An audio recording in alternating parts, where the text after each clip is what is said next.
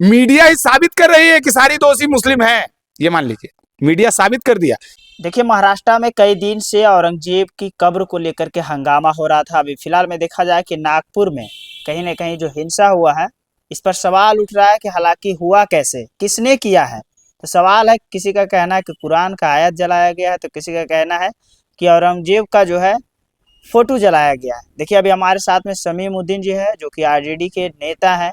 क्या कुछ सोचते हैं, क्या कुछ कहते हैं, हालांकि इनके मन में, इनके दिल में क्या चल रहा है, क्या कुछ कहिएगा जो नागपुर में हालांकि हिंसा फैली है। बहुत बहुत धन्यवाद।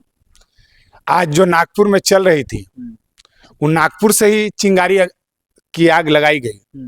नागपुर आरएसएस का गढ़ माना जाता है, और आज तक, अभी तक नागपुर में कोई घटना नहीं घटी। लेकिन वो चिंगारी जो लगी है, वो हर हाल में नागपुर से ही लगाई गई है, जिसकी चिंगारी की शुरुआत मजार कबाड़ने को लेकर, जो आज कंटिन्यू 10 रोज से मुद्दा गरमाई हुई है। कंटिन्यू मैं देख रहा हूँ, इस चीज पर नजर बनाए हुए हूँ।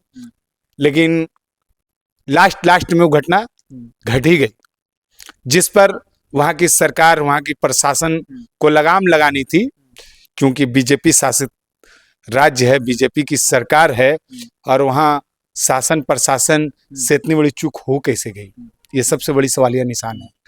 क्योंकि आपके आदमी ही चिंगारी लगा रहे हैं कि मजार को कबाड़ना है, उसके लिए आंदोलन करना है।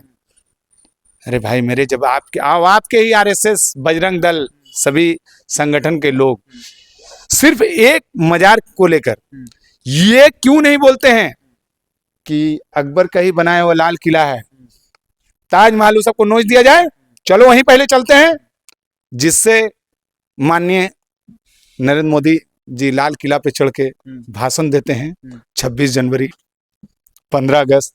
पहले उसको नोचवा देना चाहिए ना, पहले उनको बोलिए नोचवाने के लिए। लोगों का मानना ये भी है कि हालांकि ये दंगा भड़काया किसने, आपको अरे भाई मेरे, भड़काया प्योर आरएसएस, विश्व हिंदू परिषद का एजेंडा है ये सब।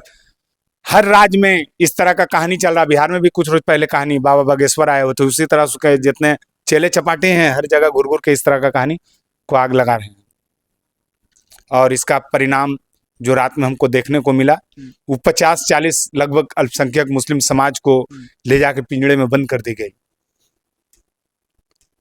आज तुम्हारी बारी है, कल हमारी बारी आएगी। कुछ लोगों का कहना ये भी है कि मुस्लिम समाज के लोग जो है वो तो गाड़ियों को तोड़फोड़ करने का काम। क्यों नहीं तोड़ेंगे? कोई चूड़ी पहन के बैठा हुआ है क्या? आप गाली देंगे, हम चुपचाप बैठे रहेंगे क्या? क्या लगता है कि आप मारिए? हम गांधी जी वाला कहानी है, ये इधर से मारिए, इधर से मारिए, चुपचाप देखते रहिए, यही कहते हैं कि ताकि जिंदगी मार खाते रहे।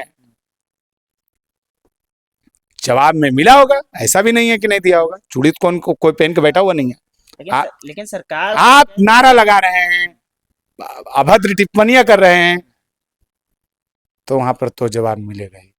लेकिन सरकार करे, जो भी इस आरोपी है उस पर कार्रवाई होगा, तो कार्रवाई निष्पक्ष का होगा। एकदम निष्पक्ष तो होना ही नहीं है, पक्षपात ही होना है, निष्पक्ष कोई नहीं होती है।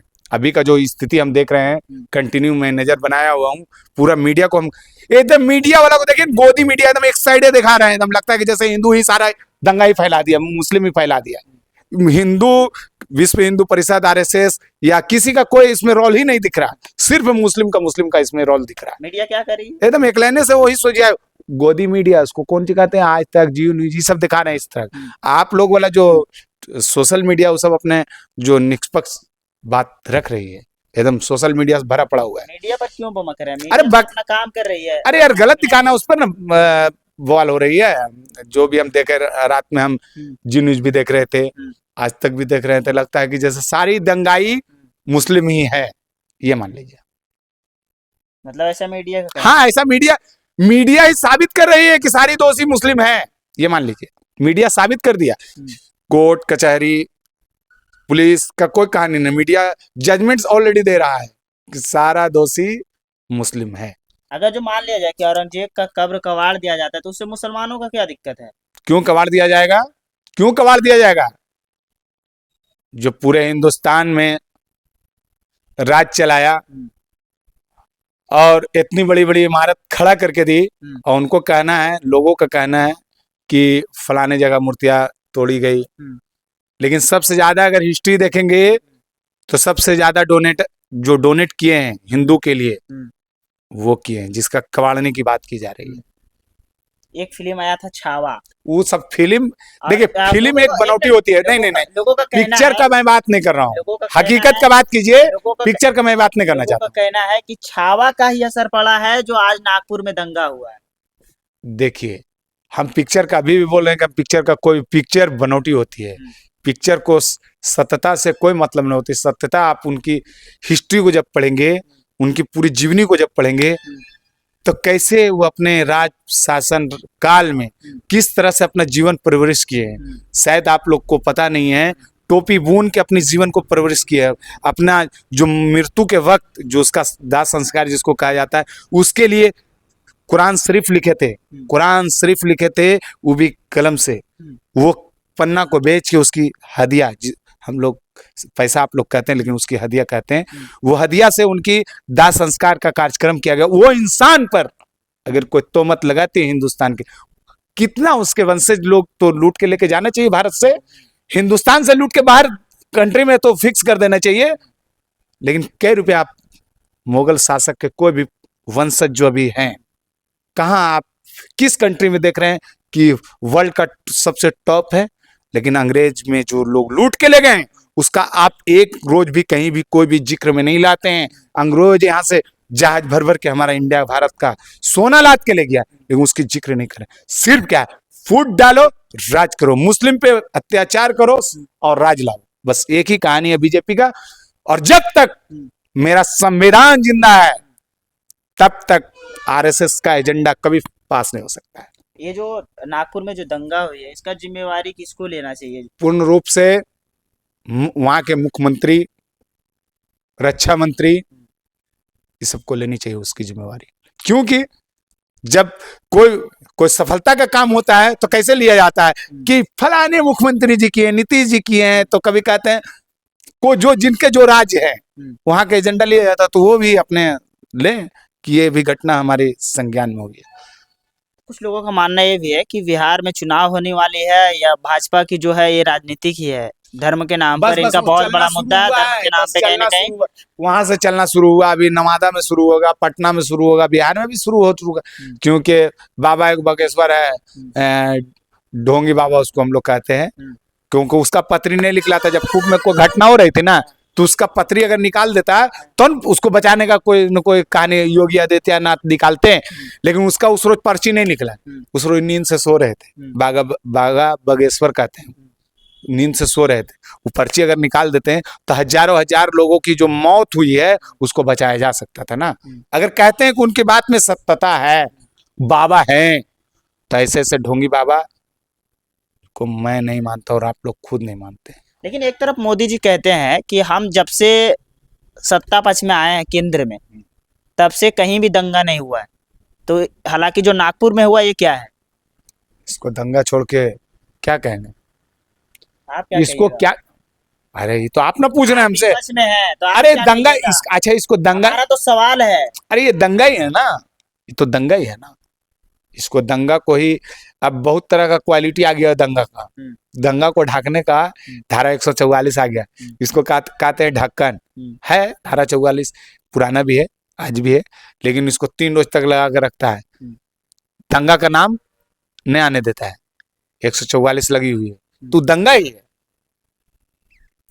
मामला मैं सभी से शांति से अपील, पूरे महाराष्ट्र अगर जहां तक वीडियो देख रहे हैं, शांति बनाए रखें और वक्त पे जवाब दी जाएगी। अच्छा, आज तुम्हारी बारी, कल हमारी बारी। धमकी दे रहे हैं आप? क्यों नहीं देंगे, क्यों नहीं देंगे? फिर तो अगला आदमी कहेगा कि विवाद बढ़ाने की बात कर रहे हैं समीमुद्दीन। क्यों नहीं, कल उसकी बारी, आज उसकी बारी है ना, कल मेरी भी बारी आएगी, वक्त वक्त की बात है। तो ऐसे में तो अरे नहीं ना। अरे हुकूमत करके बैठे हुए है ना, ऐसा थोड़ी है, भारत पे हुकूमत किए है ना, ऐसा थोड़ी है कि आज आप लोग ही हुकूमत कर रहे हैं, हम भी हुकूमत किए हैं भारत में, ऐसा नहीं है। तो आप आग वाली बात कल हमारी भी हुकूमत आ सकती है। वाले लोग कहेंगे कि आग लगाने आने दीजिए ना, भाजपा उजपा सब कितना साल के बाद वापसी हुई भाजपा का, कितना 100 साल के बाद अभी वापसी हुई है, अभी सत्ता नहीं लगा है, 100 साल नहीं पूरा है अभी, अभी 10 दूना 20 15 साल 20 साल अभी नहीं पूरा हुआ है। शांति रखें, करवट बदलते हुए देरी नहीं लगती है। 10 साल नहीं तो 20 साल, तीसरा साल नहीं चलेगी। आरजेडी वाला आदमी कहे आपका विरोध करेगा कि ऐसा आप बोल रहे हैं इससे कि आरजेडी और कांग्रेस का नुकसान भी होगा। क्यों? 20 साल नहीं चलेगी। हाँ। हाँ, 10 साल बोला जाता है, बुढ़वा पूर्व कहावत में बोला गया 10 साल नहीं तो 20 साल। हार्डली अभी 20 साल नहीं पूरा वो मोदी जी का। हाँ। 30वां साल गिर जाएगी सरकार। 30 साल मतलब 30 साल नहीं, अरे 10 साल नहीं तो 20 साल, क्या बोले 20 साल के बाद कहानी खत्म हो जाएगी। अभी 14 साल हो गया, मन के चला तीसरा शिफ्टिंग चल रही है। लेकिन यहाँ के जो भारत के जो लोग हैं, हालांकि औरंगजेब का जो कब्र है उसको क्यों हटाना चाह रहे हैं, इतिहास को क्यों मिटाना चाह रहे हैं भारत का? हटाने का कोई कहानी ही नहीं है। वो जहाँ पड़ी हुई है उसकी कब्र है। कब्र हजारों हजार कब्र हमारी हिंदुस्तान में है। हाँ। कबाड़ते कबाड़ते जितने आरएसएस चड्डी गैंग के जो लोग हैं ना, उसकी बनियान सूख जाएगी। पूरे हिंदुस्तान में जितना कब्र मकबरा बनी हुई है, चड्डी बनियान के जितने भी गैंग है ना, बनियान सूख जाएगी उनको वहां पहुंचते पहुंचते।